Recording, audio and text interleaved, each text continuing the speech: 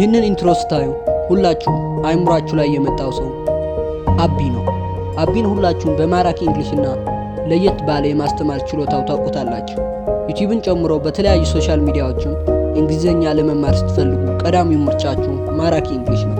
ግን ሁላችሁም እዚህ የስኬት ደረጃ ለመድረስ የከፈለውን መስዋዕትነት አታውቁ። ስለዚህ ሁላችሁም የአቢን የስኬት ታሪክ ለማየት ሰብስክራይብ እና ላይክ በማድረግ ለሚቀጥሉ ደቂቃዎች ከኔ ጋር ቆዩ።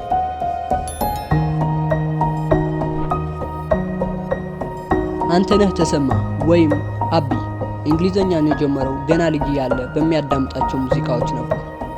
ቤቱ ላይ ያዳመጠውን የእንግሊዘኛ ሙዚቃዎችም ለጓደኞቹ በመዝፈን የእንግሊዘኛ ችሎታውን ማሳደግ ችሏል። እያደገ ሲመጣም የእንግሊዘኛ ችሎታው በጓደኞቹና በአካባቢው ማህበረሰብ ተለይቶ እንዲታይ አስቻለው።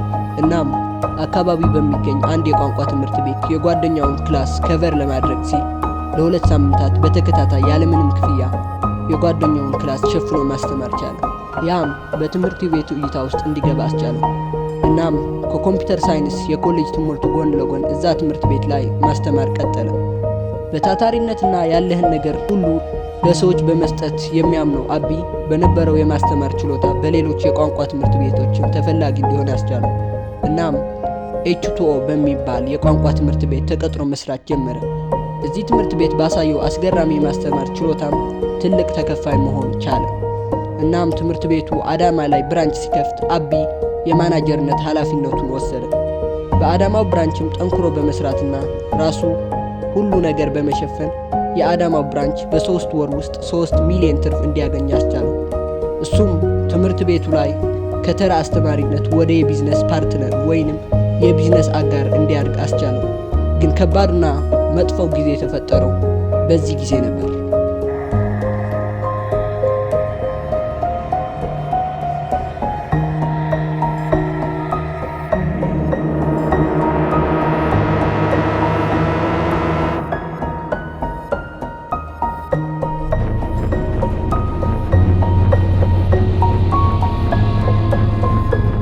የኮቪድ-19 ወረርሽኝ ዓለምን በሞላበትና በተቆጣጠረበት ጊዜ የነበረው ቢዝነስ ሙሉ በሙሉ ኪሳራ ላይ ገባ።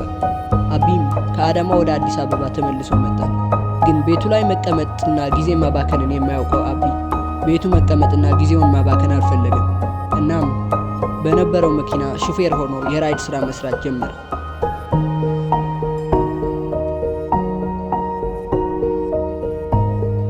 የኮቪድ-19 ስርጭት እየቀነሰ ሲመጣም የድሮ ተማሪዎቹ እየደወሉ እንዲያስተምራቸው ይጠይቁት ጀመር። እሱም ለተማሪዎቹ ሲል ቪዲዮ በመስራት ዩቲዩብ ላይ አፕሎድ አደረገላቸው። ግን ህይወቱ ላይ ያላሰበውና ያልጠበቀው አንድ ነገር ተፈጠረ።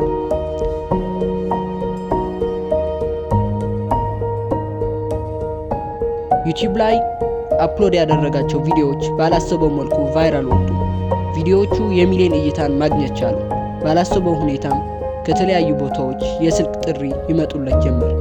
በጣም ብዙ ሰዎች ከተለያየ ቦታ እየደወሉ እንዲያስተምራቸው ይጠይቁት ጀመር። የእድል በር እንደተከፈተለት የገባው አቢ ማራኪ እንግሊሽ በሚል ስም መገናኛ ላይ አንድ ትንሽ ትምህርት ቤት ከፈተ። በዚህ ያላበቃው የሰዎች ፍላጎትም ከትንሽ ጊዜ በኋላ ደግሞ ሌላ ብራንች ሜክሲኮ ላይ እንዲከፍት አስቻለው።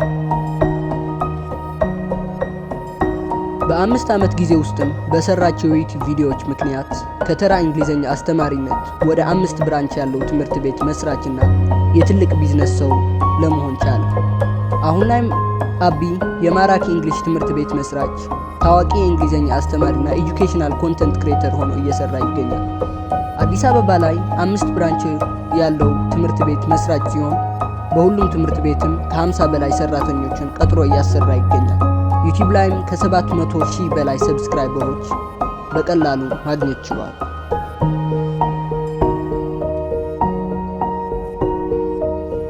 ከዚህ ሁሉ ስኬት በስተጀርባ ግን ተስፋ አለመቁረጥ፣ ታታሪነት፣ ትዕግስትና ለራስህ ታማኝ ሆኖ መስራትን እንማራለን። ስለዚህ አንተም ተስፋ ሳትቆርጥና ለራስህ ታማኝ ሆነህ ከሰራህ ስኬታማ የማትሆንበት ምንም ምክንያት የለም። አስተውል፣ ስኬት ከአንድ እርምጃ ይጀምራል። ስለተመለከታችሁት አመሰግናለሁ። ይህንን ቪዲዮ አስተማሪና አነቃቂ ሆኖ ካገኛችሁት ሰብስክራይብ እና ላይክ ማድረግ እንዳትረሱ። ሐሳብና አስተያየታችሁን ኮሜንት ላይ አሳውቁኝ። በቀጣይ በሌላ አስገራሚና አስደናቂ የስኬት ታሪክ እስከምንገናኝ ባይ